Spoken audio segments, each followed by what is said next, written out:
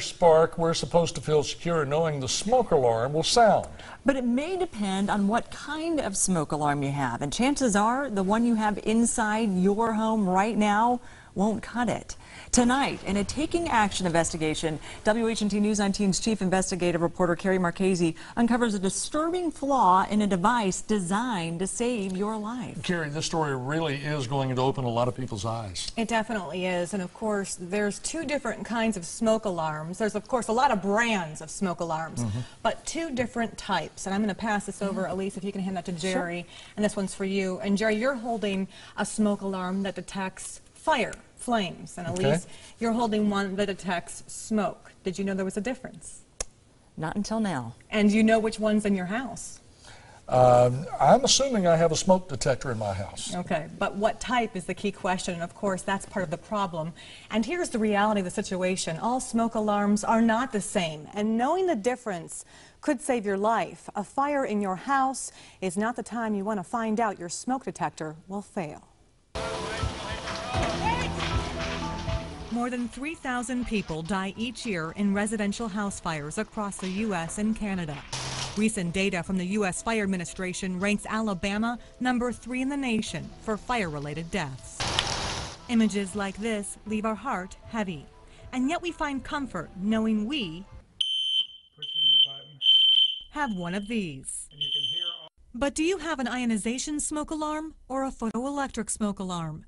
Regardless of brand, there are only two types of smoke alarms. One may not sound off when your life is at stake. Thousands of people have died needlessly in the last 20 to 30 years because of this.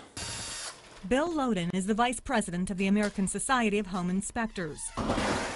Every home he walks into and every ladder he climbs up, he finds this. It states right here, this is an ionization smoke alarm. It comes as no surprise. 95% of the homes in this country have this type of smoke detector. Ionization smoke alarms. We want you to check your alarm right after this report. You'll likely find one mounted on your wall. And if this information is starting to make you nervous, just wait. WHNT News 19 is taking action to test out these smoke alarms. Now remember, the photoelectric smoke alarm, these detect smoldering, slow fires, whereas the ionization smoke alarms, these respond to hot, flaming fires. What we're going to do is we're going to fill this aquarium up with smoke, and we're going to test both of these alarms out and see which one reacts first. Inside the aquarium, we place a piece of foam from an old couch, our ionization smoke alarm, and a carbon monoxide detector. We stick a soldering iron into the foam and wait. We're not looking to start a fire, but rather build smoke. At 2 minutes and 45 seconds, the smoke sets in. Right now we're at 6 minutes in, and you can actually still see my hand through this thick amount of smoke. In the meantime, toxic fumes drive our carbon monoxide detector into overdrive. As we hit 8 minutes, the detector hits 200. If this was a real-life scenario, firefighters would now be wearing protective breathing gear. And then we hear something at 13 minutes. Hold up, it's not our ionization alarm. This is actually the carbon monoxide detector going off, alerting us that the smoke levels have risen to dangerous levels. At 15 minutes, the carbon monoxide detector hits its peak and resets. That means one thing. There's nobody surviving at this point. Finally, we reach in to check out our smoke alarm, and lo and behold, at that very moment, It just now went off. It took 20 minutes for this ionization smoke alarm to go off. Test number 2, the photoelectric smoke alarm. Same test, different alarm. The smoke sets in at about 3 minutes. And before we could get antsy, There it goes. There you go.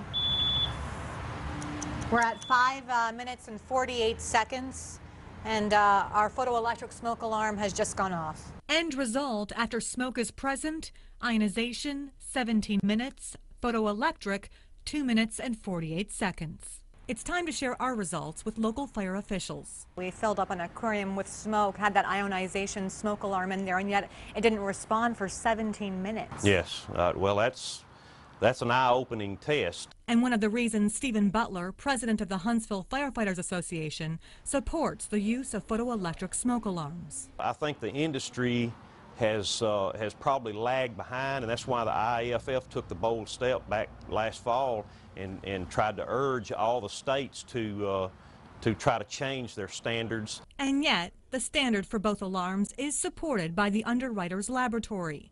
UL is the world's largest product safety testing and certification organization. They issued WHNT News 19 this statement. Any smoke alarm that carries the UL mark meets the safety requirements of the UL standard. But in that very same statement, they go on to say, the recommendation today from UL and fire officials all over the country is that having both photoelectric and ionization technologies in your home offer the best level of protection. But fire officials insist smoke is what kills. And since most homes have synthetic materials that give off toxic vapors, The early warning is that much more important. and while some say having a smoke alarm is better than not having a smoke alarm, Well, typically that is true to an extent, but it also can give you a false sense of security. leaving you to wonder, is this security a deadly delay in disguise? In the last few years, Vermont, Massachusetts, and Iowa have passed legislation either banning ionization smoke alarms or requiring both types be installed in residential homes and businesses. Tennessee is pondering the matter right now. Now, the final drawback of these ionization smoke alarms, and this is for the folks at home, is of course they go off randomly in these cooking situations, which aggravates the homeowner, aggravates folks. They're a nuisance, so of course what do? You pull them off the wall, and that kind of defeats the purpose now, doesn't it? It does. So is there a price difference between the two types? You know what? In most cases, the photoelectric alarm is about $1 more. In some cases, $2. So certainly not enough to make a difference. And, Worth the investment. Worth the investment, exactly, Jerry. And we are going to contact our lawmakers, and we're going to show them our demonstration and our piece, and request action on their part. Great Thanks, story. Jerry. Thanks.